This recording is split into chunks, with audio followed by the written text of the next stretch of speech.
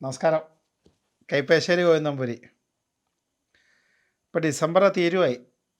March ഏപ്രിലോട് കൂടി +2 പരീക്ഷ, SSLC പരീക്ഷ, നീറ്റ്, എൻട്രൻസ്, മെയിലാവുമ്പം UPSCയുടെ സിവിൽ സർവീസ് എന്ന് വേണ്ട പരീക്ഷകളുടെ ഒരു കാലഘട്ടത്തേക്ക് കിടക്കുക.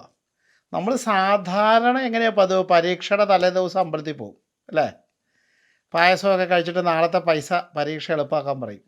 അങ്ങനെയല്ല.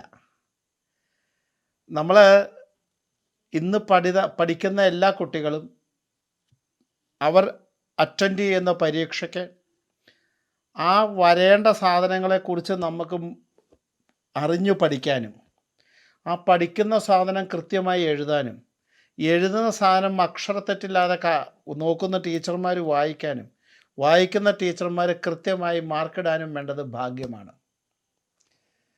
നല്ല ഒരു ദൈവവിശ്വാസിക്ക് മാത്രമാണ് നല്ല രീതിയിൽ ഒരു പരീക്ഷ അറ്റൻഡ് ചെയ്യാൻ പറ്റത്തുള്ളൂ. സംശയമൊന്നും വേണ്ട കാര്യത്തിൽ. എന്താണെന്ന് വെച്ചിട്ടുണ്ടെങ്കിൽ വിദ്യാഭ്യാസത്തിൽ ദൈവാധീനം ഒരു പ്രത്യേക ഘടകം തന്നെയാണ്. ഇപ്പോൾ +2 കഴിഞ്ഞ ഒരു കുട്ടിക്ക് അടുത്തത് എന്തിനു പോകണം, എങ്ങനെ പോകണം എന്നതിനെക്കുറിച്ച് നമുക്കറിയണമെങ്കിൽ നമുക്കൊരു ഈശ്വരാധീനം വേണം. നമുക്ക് ഈശ്വരാധീനം ഇല്ലെങ്കിൽ എന്താ പറ്റണേ? നമുക്ക് പറ്റില്ല. ഈ കഴിഞ്ഞ ദിവസം എന്തോ പറഞ്ഞ പോലെ എന്താ പറയണേ, നമുക്ക് SSLCക്ക് കുറച്ച് മാർക്കൊക്കെ കൂടുതൽ കിട്ടി. അപ്പോൾ കഴിഞ്ഞ ദിവസം വന്ന ന്യൂസ് പോലെ ഫുൾ A+ ഒക്കെ കിട്ടി. അപ്പോൾ ഉറപ്പായിട്ടും എൻ്റെ മോള് കളക്ടറാണ്, എൻ്റെ മോൾ IIT പോകും എന്നും പറഞ്ഞ് എടുത്താൽ മേലാത്ത കോഴ്സുകളിൽ കൊണ്ട് ചാടിച്ച് കുട്ടികളുടെ ഭാവിയും പോയി, കുട്ടികളുടെ സമയവും പോയി, അങ്ങനെയൊക്കെ വരും.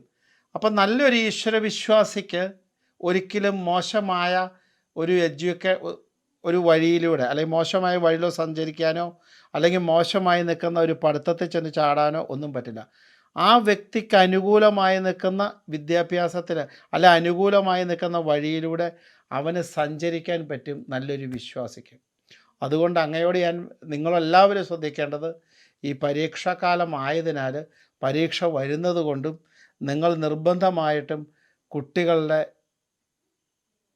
ദൈവാധീനം വർദ്ധിപ്പിക്കണം. അത് എന്തുകൊണ്ടാണെന്ന് വെച്ചാൽ SSLCക്കാണെങ്കിലും നല്ലൊരു മാർക്ക് കിട്ടുക, +2നാണെങ്കിലും നല്ല മാർക്ക് കിട്ടുക, എല്ലാ പരീക്ഷകൾക്കും നല്ല പെർഫോം ചെയ്യുക, നല്ല വഴിയിലൂടെ ഏത് വേണം, ഏത് കോഴ്സ് എടുക്കണം, എങ്ങനെ പോകണം എന്ന് കൺഫ്യൂഷൻ ഉള്ളവർക്ക് ഈശ്വരനായിട്ട് നല്ലൊരു വഴി കാണിച്ചു കൊടുക്കാനായിട്ട് നിർബന്ധമായും ദൈവാധീനം വർദ്ധിപ്പിക്കണം. അപ്പോൾ എന്തിനാണ് ഞാൻ ഡിസംബർ മാസം തൊട്ട് പറഞ്ഞേ എന്ന് വെച്ചാൽ, ഡിസംബറിൽ നമ്മൾ തുടങ്ങുന്ന പ്രാർത്ഥനയാണ് മാർച്ചിലേക്ക് എഫക്റ്റ് ചെയ്യുള്ളൂ. കല്യാണത്തിൻ്റെ തലേ ദിവസം ചിട്ടി കൂടിക്കഴിഞ്ഞാൽ ചിട്ടിക്കാശ് കൊണ്ട് കല്യാണം നടത്താൻ പറ്റില്ല. കല്യാണം ആലോചിക്കുന്നതിന് മുമ്പ് ചിട്ടി കൂടും, അപ്പോഴാണ് ആ ചിട്ടി പിടിച്ച് കല്യാണം നടത്താൻ പറ്റും. അങ്ങനെയല്ലേ എന്ന് പറഞ്ഞുകൊണ്ട് നമ്മൾ ഇപ്പോഴേ നമ്മൾ നാമജപാദികളും പ്രാർത്ഥനകളും തുടങ്ങുമ്പോഴാണ് ആ പരീക്ഷാകാലം ആകുമ്പോഴത്തേക്കും വിജയത്തിലേക്ക് എത്തുള്ളൂ.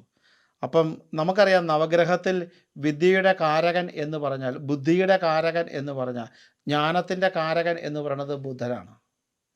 ബുധൻ എന്ന് പറഞ്ഞാൽ മഹാവിഷ്ണു അല്ലെ കൃഷ്ണൻ, ഇങ്ങനെയൊക്കെ പറയാം. അപ്പോൾ അതുകൊണ്ട് കുട്ടികളെ, ഈ പഠിക്കുന്ന എല്ലാ കുട്ടികളും, അത് +2 ആവട്ടെ, ഡിഗ്രി ആവട്ടെ, PG ആവട്ടെ, നീറ്റ് ആവട്ടെ, എന്തോ ആവട്ടെ, LLB ആവട്ടെ, എന്തായാലും വിദ്യാഭ്യാസം ചെയ്യുന്ന എല്ലാ കുട്ടികളും നിങ്ങൾ നിർബന്ധമായി ചെയ്യേണ്ട കാര്യം, ബുധനാഴ്ച ദിവസം മഹാവിഷ്ണുവിൻ്റെയോ ശ്രീകൃഷ്ണൻ്റെയോ അമ്പലത്തിൽ പോവുക, ഭഗവാന് 4 പ്രദക്ഷിണവും നെയ്വിളക്കോ കദളിപ്പഴ നിവേദ്യമോ ത്രിമധുരമോ ഒക്കെ ചെയ്ത്, ത്രിമധുരമൊക്കെയാണ് ത്രിമധുരം കഴിച്ച് പ്രസാദം കഴിക്കുക. ഒന്നും പറ്റില്ല, അവിൽ നിവേദ്യം കഴിക്കാം, ത്രിമധുരമാണ് ഏറ്റവും നല്ലത്. അത് കഴിക്കുക, മേടിച്ചു കഴിക്കുകയൊക്കെ ചെയ്യുക. എല്ലാ ദിവസവും ഒരു 108 തവണ ബുധായ നമ, ബുധായ നമ, ബുധായ നമ എന്നുള്ളത് മഹാവിഷ്ണുവിനെയോ ശ്രീകൃഷ്ണനെയോ മനസ്സിൽ ധ്യാനിച്ച് 108 തവണ ബുധായ നമ എന്ന് വയ്ക്കുക. ബുധൻ അനുഗ്രഹിച്ചാൽ ഏറ്റവും കവിത്വമുള്ള ഗ്രഹം എന്നാണ്, ഏറ്റവും ജ്ഞാനം കിട്ടും, നല്ല അറിവിൻ്റെ ഉടമയായി തീരും, നല്ല ബുദ്ധിയുടെ ഉടമയായി തീരും, നല്ല കോൺഷ്യസായ മൈൻഡ് ഉണ്ടാവും, നല്ല സ്റ്റേബിളായ മൈൻഡ് ഉണ്ടാവും, നല്ല വിഷൻ കിട്ടും, നല്ല വ്യൂ കിട്ടും. അതുകൊണ്ട് എല്ലാ കാര്യങ്ങൾക്കും ഭഗവാൻ മഹാവിഷ്ണു സങ്കല്പത്തിലുള്ള ബുധായ നമ, ഭഗവാൻ ധ്യാനിച്ച് ബുധായ നമ എന്ന് ജപിക്കാം. വിദ്യാരാജഗോപാലമൂർത്തിയാണ് വൈഷ്ണവ സങ്കല്പം. അതുപോലെ തന്നെ നാരായണായ നമ, കൃഷ്ണായ നമ, ഇതൊക്കെ ജപിക്കാം. നാരായണായ നമ എന്നുള്ള ഇപ്പോൾ ഓൾറെഡി ഞാൻ നിരവധി തവണ പറഞ്ഞിട്ടുണ്ട്. നാരായണായ നമ എന്ന് ജപിക്കാം. കൃഷ്ണായ നമ എന്ന് കൃഷ്ണനെ ഓർത്ത്, ഗുരുവായൂരപ്പനെ ഓർത്ത് ജപിക്കാം. എന്താണ് കാരണം എന്ന് വെച്ചാൽ, നമ്മുടെ കുട്ടികൾ, നമ്മുടെ ജീവിതത്തിൽ നമ്മുടെ സ്വത്തുക്കളാണ് നമ്മുടെ കുട്ടികൾ. നമ്മുടെ ജീവിതത്തിൽ നമ്മുടെ കുട്ടികൾ ഉത്തരോത്തര അഭിവൃദ്ധി വരുമ്പോഴാണ് നമുക്കൊരു ജീവിതം ഉണ്ടാവണേ. നമ്മൾ ഓരോ മിനിറ്റും കഷ്ടപ്പെടുന്നത് കുട്ടികളുടെ ഒരു വലിയ വിജയത്തിന് വേണ്ടിയിട്ടാണ്. ആ വലിയ വിജയം അവർക്ക് നൽകുന്നത് ഭഗവാൻ സർവേശ്വരകാരകനാണ്. ആ സർവേശ്വരകാരകനായി നിൽക്കുന്ന ഭഗവാന്റെ അനുഗ്രഹം നമ്മൾ അദ്ദേഹത്തോട് ആവശ്യപ്പെട്ട് പ്രാർത്ഥിച്ച് ജപിക്കണം. കാരണം പാഞ്ചാലി വസ്ത്രാക്ഷേപം നടക്കുമ്പോൾ കൃഷ്ണൻ എന്തുകൊണ്ടാണ് അവർ ചൂത് കളിച്ചപ്പോൾ ഭഗവാനെ താങ്കളെ അങ്ങ് ഇടപെടാത്തത് എന്ന് നാരദ മഹർഷി ചോദിച്ചപ്പോൾ ഭഗവാൻ പറഞ്ഞു, ചൂത് കളിക്കാൻ നേരത്തോ കളിക്കുമ്പോഴോ അവരെന്നെ വിളിച്ചില്ല ഒരു തവണയെങ്കിലും. കൃഷ്ണ കൃഷ്ണ എന്ന് വിളിച്ചില്ല.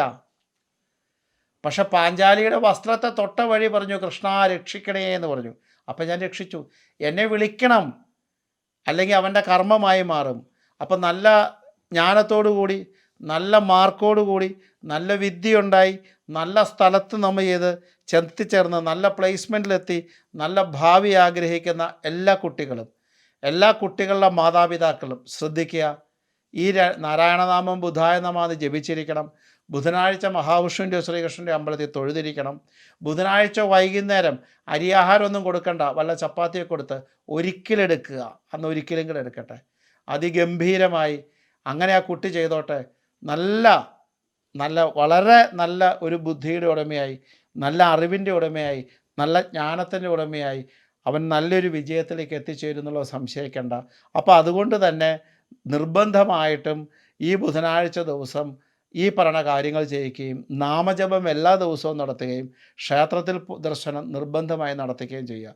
നമ്മുടെ കുട്ടികൾക്ക് ഏറ്റവും നല്ല ഡ്രസ്സും ഏറ്റവും നല്ല ഭക്ഷണവും കൊടുക്കുന്ന അതുവരേക്കാൾ പ്രാധാന്യമാണ് ഏറ്റവും നല്ല ദൈവാധീനത്തിനുള്ള വഴി. ആ ദൈവാധീനത്തിലൂടെയാണ് ഒരു ഭാഗ്യം ഉണ്ടാവണേ. ആ ഭാഗ്യത്തിലൂടെയാണ് നല്ല ജീവിതം ഉണ്ടാവണേ.